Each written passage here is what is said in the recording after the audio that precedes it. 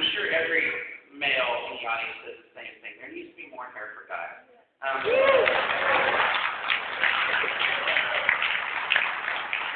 You know, I thought I had gray hair, but I always had this bald spot on the left side of my head, which you might see in some photos. And I figured out if I shrunk my head, my hair fit better. So, more hair for men, please. Great hair at the hair fair, and I have to tell you, the place was packed. Every time I went, it was packed. It was fantastic. I love hair. And, Second Life honestly is all about the hair. Or not. That's me rezzing into a bush with no hair. Because I was trying to log in and go to my home spot, which is actually my office, a place I feel very safe, very comfortable, and very happy. Except that I got bumps from my office, and it rezzed me into this place in a bush with no hair. So, Second Life has this moment, which you all experienced. And, for new users, it's particularly confusing, right? And we're working on that.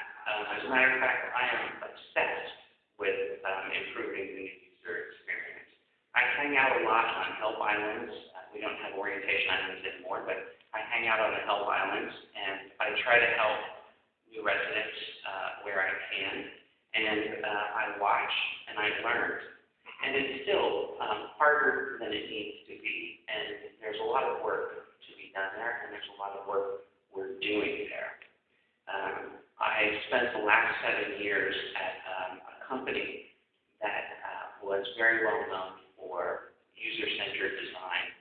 And, it's a theme that Philip and I have connected on and talked a lot about and spent a lot of time thinking about. And Philip talked about, in the future, there being gestural interfaces. And the virtual world needs to be less mechanical, more intuitive, and more natural. And, breakthroughs in interface design are probably a few years off when we think about gestural interfaces. But in the short term, we have huge opportunity to simplify the experience for the new user, and we will. I am incredibly committed to that. We've launched a very major effort inside the lab to do that. I know folks in the community have tried also to simplify the viewer, to make it more friendly for new users, and there's been a lot of great work that's been done and a lot of inspiration there. We'll build on that work, and we'll make an interface that's easy for new users to adopt, and we will make the first entry point for new users one that's memorable and helpful in terms of acclimating them to this incredibly rich world, because we want them to be part of it. So it can be confusing, for new users. It can also be frustrating. Look, nobody's immune to glitches, including me. That's me sitting there in my little swinging chair, trying to upload a picture because I take a lot of pictures. We don't have memory limits, so I guess I'm no problem, but I should take a lot of pictures, and, this one wouldn't upload. But, more than anything, Second Life is incredibly rewarding. That's me as Team Second Life, and I had a blast. I was chatting with the team, and I was incredibly inspired by their passion and interest. I love Second Life. It's an amazing thing. So where are we going? What are we doing? Well, first of all, our world is growing. Look at that. Love it. Land mass is on a nice upward path. Usage hours, in terms of the usage hours a month, are increasing. I'd like us to add another 100 million. Wouldn't you? Hey, let's be aspirational. Last Monday, we hit a concurrency high. I think that's worthy of a round of applause. That's a very big deal.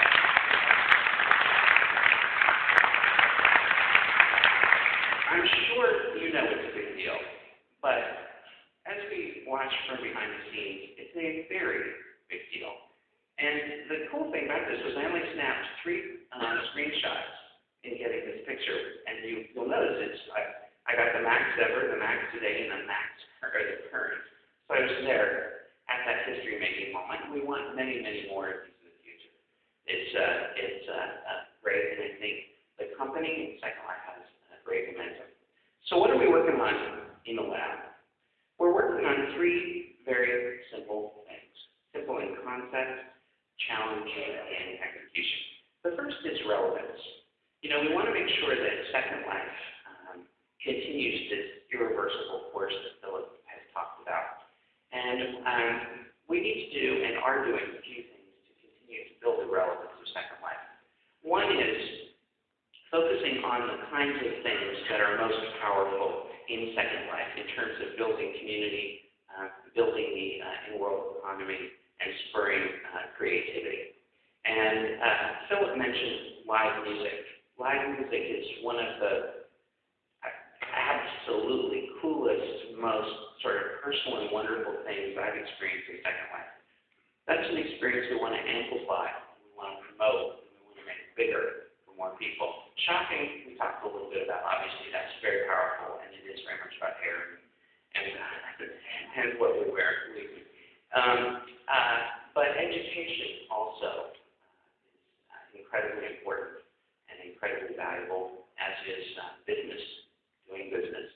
Virtual meetings, I think, will be able to explore applications. So to build relevance, we want to do a lot more work to highlight, amplify, vocalize, and promote what we call use cases to ensure that Second Life is as relevant for as many people as possible. We're also working on making it as relevant as possible for people in other countries. How many of you are here visiting from outside the United States? Many? Great. Well, we have Second Life community members from pretty much every country in the world. I noticed we have, I think, 3 people who registered from Bhutan. Has anyone been to Bhutan? I have. It's in the Himalayas. It's very remote, and it has 6,000 tourists a year. How they learn it? And they just got cable television a short time ago. How they manage to get on Second Life, I have absolutely no idea, but I think it's fantastic, and I want to meet them. But we're working hard to make Second Life more relevant to people around the world by localizing content. So, for instance, a month from now, I think people who speak French are going to have a better Second Life experience. A team now that's focused on localizing content so that we can make it relevant in other parts of the world. Another theme in relevance is